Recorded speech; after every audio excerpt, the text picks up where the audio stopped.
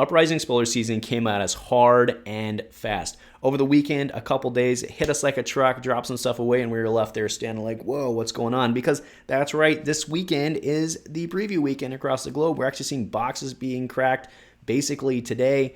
We should have a pretty full picture of the set. Now, one of the things that I've been very, very excited about in this set is to see Fi develop and see how his cards come out and look at what his line of play was going to be. He's probably the hero that I'm going to be focusing in on for this next set, at least early, and that's what I wanted to talk about today was our Draconic Ninja, Fi.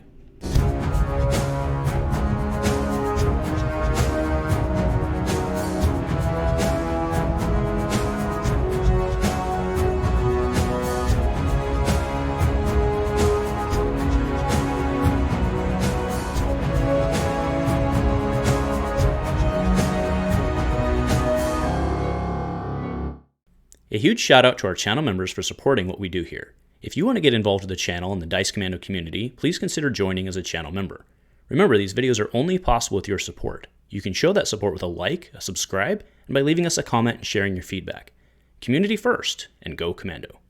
Hey there, Flesh and Blood folks. Welcome back to Dice Commando and Go Again, a fabulous cast. Thank you very much for checking in today. Talking Fi, yes, now I do realize there's a whole bunch of stuff to talk about and spoil, but we're not going to do it all in one shot. I'm very, very excited about Fi. That's where I wanted to start. We've finally seen kind of the unveiling of his package, of his suite, whatever you want to call it, and I'm really, really excited about this. Now, I do want to remind everybody that we are sponsored here by our good friends over at FabDB. You guys know them, you guys love them, but once more is everybody's going to be theory crafting. I know a lot of we don't even know everything yet, and I know all you crazy kids are out there theory crafting, so when you're over there doing your deck building, doing your checking out and seeing what's going on, consider upgrading your account to unlock all those additional spiffy features over there. So thank you, FabDB, for sponsoring us here, for everything you do for the community.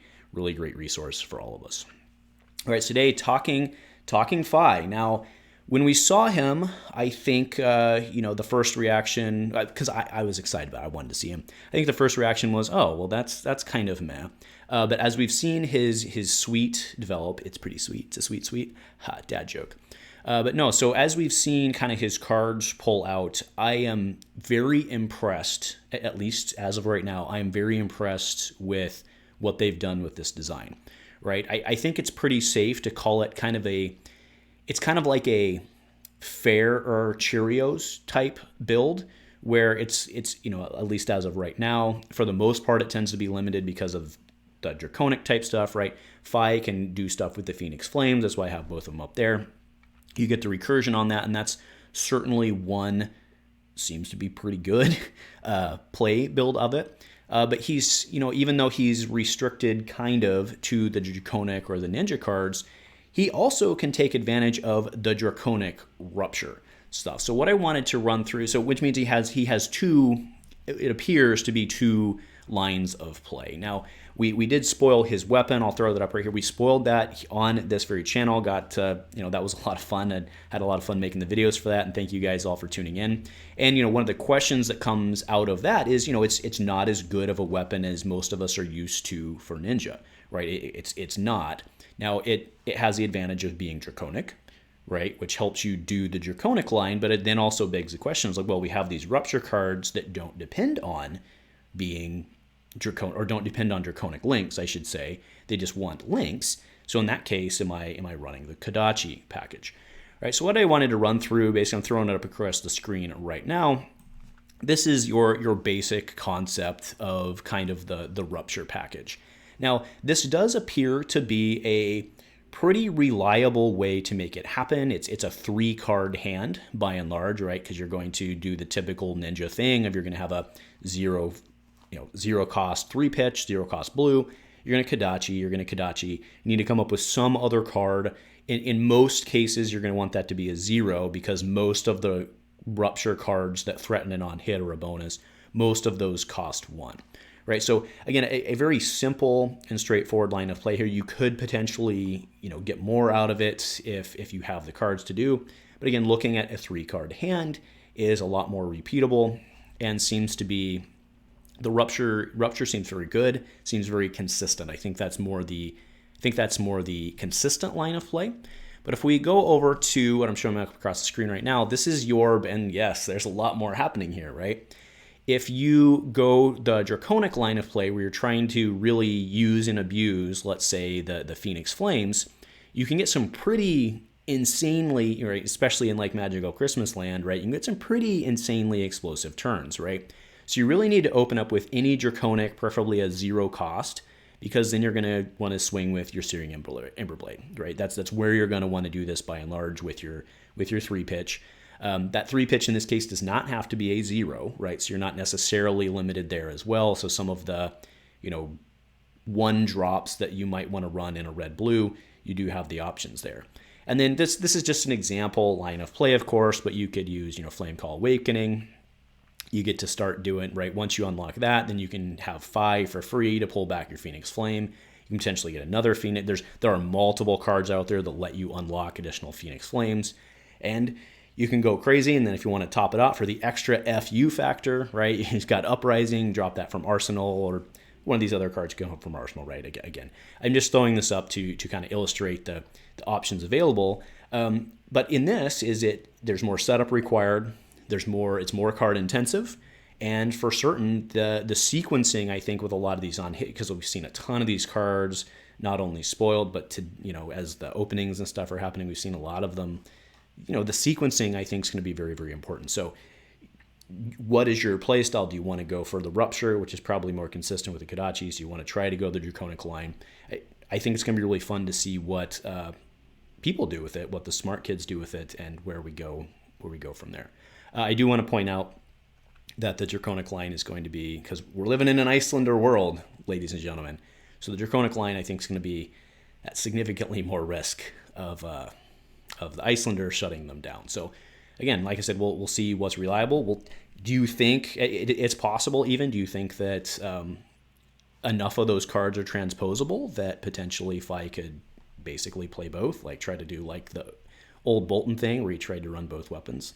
It is possible. It is possible. Probably not, but it is possible. I mean, you're running the Phoenix Flames anyway, right? So, yeah. All right, and then one more thing I'll throw it up now. I just kind of wanted to point this out, that he does have a lot of 2-card hand options, right? If you're not trying to swing for the fence, because I don't want to poo-poo. I don't want it to sound like I'm poo-pooing on the Draconic line, because there are lines within the Draconics that are more manageable, right? The one I'm showing up across the screen right now, stoke the flames into Emberblade, right? It's all of this is dependent on your 3-pitch, but then you do have ways to get Phoenix Flames back and then trigger Fi. So even in this case here, this is only a 2-card hand, and it's still a lot more manageable as long as you have a card. Like we'll look at some of them here in a second. As long as you have a card that lets you basically pull back that Phoenix Flame to use a Phoenix Flame as your 3rd to get it back for free with Fi, right? You guys, I think, understand what I'm saying. So let's start going through. And now I want to be very clear here. Spoiler season is not complete, right? These are just some cards that I've pulled that I think are going to be very valuable to Fi for the different options available to him. Right, the first is, let's go ahead and look at the Rupture cards, right? Lava Burst looks really, really good being a 0. And now it does not have Go Again. And that is something you'll notice about most of the Ruptures, at least that we've seen so far, is most of them appear to be Chain Enders, right? So you have Lava Burst, which is a 0, which is great. And if you trigger Rupture, it swings for 5. It's pretty good, right? Kodachi, something else, swing for 5. That's pretty good, folks. We have Rise Up, which is Rupture. Now, this is actually Jomai or Fi, which is interesting. I do think that probably Fi gets more use out of this just because of the Kodachis available to him. Don't forget she's got the Ash and all that. I get it. But I think having those be his weapons probably makes this. But again, we'll see. This one's really scary. The thing is, it does depend on the Phoenix Flames, which, like we talked about, you're not necessarily doing the Phoenix. You're going to use them if you can, but you're not necessarily doing the Phoenix Flame thing with Fi, or with the Draconic, with the Rupture line, excuse me. So we'll see how good this one ends up being. One card I do want to point out is Double Strike. So again, you don't care about them. If you're going the Rupture line, you don't necessarily care about them being Draconic, right? And Double Strike really scratches that itch because it's a 0 for 1. So you've got Kodachi, Double Strike, Rupture. That's pretty good, right? That's pretty good. That's a lot of little small. Now, to be clear, that's only 4 damage before the Rupture. That's not a ton of damage. I get it. But it's pretty manageable, pretty repeatable. Liquefies, also a very, very strong card, kind of your way of blowing some stuff up. Then we have Breaking Point. I believe this was either the TCG player or the Covenant one. I don't remember which promo this was. I think it was the TCG player. But if it's played on, so it's basically kind of a CNC in its own little way, right? Okay, so this is a 1 for, it's not as good as Lava Burst being a 0 for 5, but it's got the on-hit effect and it threatens that. And there's some pretty strong cards here. And again, like I talked about, I think early on, especially when you're still building your card pool, I do think that probably the Rupture is where a lot of people are going to go because everybody's got Kodachis, everybody's got blue pitches, right? And you can kind of, a lot of these Ruptures are commons and relatively easy to get. And I think there's a pretty strong line of play here that's relatively consistent. Right now, flipping over to, we got two sets to go through here, and yes, more are coming in. But let's go ahead and look at kind of the key cards that I've identified in the Draconic package. So the first one there is Inflame. When you attack with Inflame, if you've played another red card this turn, doesn't seem to be that hard with him, you can return a Phoenix Flame from your graveyard to your hand, right? So that's exactly what we need to basically trigger that third, right? Because you need to get one back in your hand to trigger the third to get 5 for free, so you can bring the other one back, right? Assuming, of course, you have 2 in your graveyard, right? So Inflame is fantastic. It's a common. Probably exists. So it's Draconic. We've seen a lot of the Draconics only exist in red pitch. This is one of those where I'm pretty certain is only a red pitch. And actually, I am positive because the gallery's updated and I saw it this morning. Stoke the Flames, so it's actually on one of the images we did, right? When it hits, you can return a Phoenix Flame from your graveyard to your hand. If you do, Stoke the Flames gains go again. So that one's honestly a little riskier, right? Now it's 1 for 4, but if they block it out, you kind of get shut down, right? So you kind of have to have a plan for that one. I do want to remind people, right? Breaking Scales only works for cards with combo, right? So you're going to have to rely on some other means, your Ancestrals. Lunging Presses actually seems pretty good, being a blue, because you need blue and it's an attack react. Phoenix Form. This is the Majestic. If you control 1 or more Phoenix Flames, it gets go again. If you control 2, it gets +2. And if you control 3 or more, which is interesting, it's when this hits a hero, draw 3 cards. 1, 2, 3. Seems pretty baller. It also seems pretty hard to get 3 Phoenix, especially because as of yet, we haven't seen a way for him to create them. So you're capped at your 3 that you bring if you're in Blitz. So we'll see. We'll see. That one seems, I mean, it seems decent because you still only need 1 for the go again, right? So it's a 0/3 go again. So I'm not saying this is a bad card. It's not what I'm saying at all. I'm saying that probably in Magical Christmas Land, you're not going to get this to happen. And then you have Flame Call Awakening. We talked about this one as well. When you attack with it, if you've played another red card, you can search your deck for a Phoenix Flame. That's really strong. Put it into your hand and shuffle. Now this one costs 1, right? You compare it to Inflame. But they're functionally enabling the same thing, which is to get that Phoenix Flame to then use, right? So you would red card this one, Draconic, and actually at that point you can trigger 5 anyway. So actually this one's actually, now I'm thinking about this one's actually not as good as Inflame, but it does go get it from your deck, right? So it's better early game. All right, now moving into the next set. So we have Rising Resentment. I believe this is one from the Outcast Boys. So when it hits, you may banish an attack action card from your hand with cost less than the number of Draconic chain links you control. If it does, it costs 1 less to play. And you can play it this turn. But this is, which is good, but this is just a natural 0/3 go again that is Draconic, right? Very, that's going to be a staple card, like no question about it. It also forces your opponent to, right? It doesn't get you any new cards, right? Just to be clear, you're banishing that card and basically giving it +1. Right, that's essentially what you're doing. It's not getting you any new cards or anything like that, but it makes them think about their next swing, or it makes them think about their block because they have to think about your next swing. We have Mounting Anger. There's another one of those from the Outcast Boys. When it hits, you can banish an attack action card from your hand with cost less than the number of Draconic. And, oh, sorry, I got them switched. I was saying +1. Sorry, making it, the first one makes it free. This is the one that gives it +1. My apologies. So this is the one that gives the next one +1, and this is a 4. So again, they have to really think about how to block it, lest they take more damage. We have Lava Vein Loyalty. I've got the bad picture here because I haven't seen it in the gallery yet, but if you control 2 or more Draconic links, It has Go again.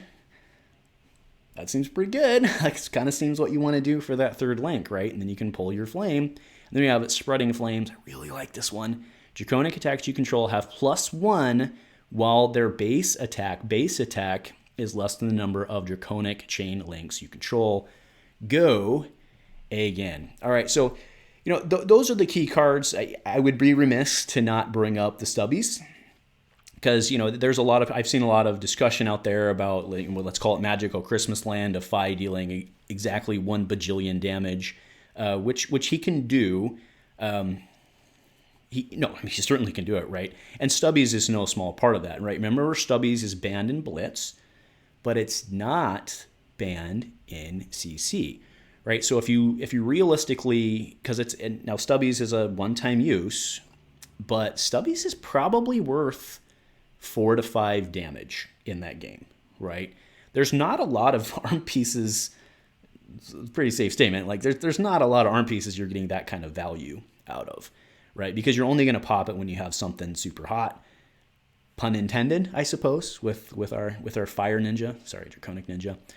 So that's really something to watch and see how that turns out. And then it's kind of funny, the whole dwarf package in this, right? And I actually had a video one time that's like, go small, and it was kind of a meme at the time, but like those cards have become pretty useful. They seem pretty good here.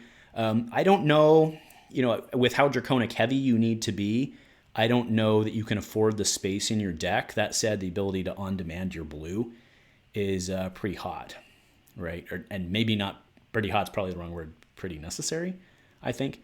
So we're definitely gonna watch that package as I'm gonna watch the dwarf package. I'm gonna watch the dwarf package as it goes forward and see how that fits in this. So anyway, that's kind of the rundown. Like I said earlier, I think this is kind of a well done. It's like an intentionally designed Cheerios version where it's not all Cheerios, right? You're going to have to figure out how to deal with ones. You're going to have to sequence things correctly in order to get your flames out when you need them to keep your chain going, to either, well, not necessarily hit your Rupture, but you're going to have to figure out how to sequence these things. This is not going to, at first, I think this is going to, and to be fair, the Rupture one kind of is a just puke, right? It's a pitch and puke.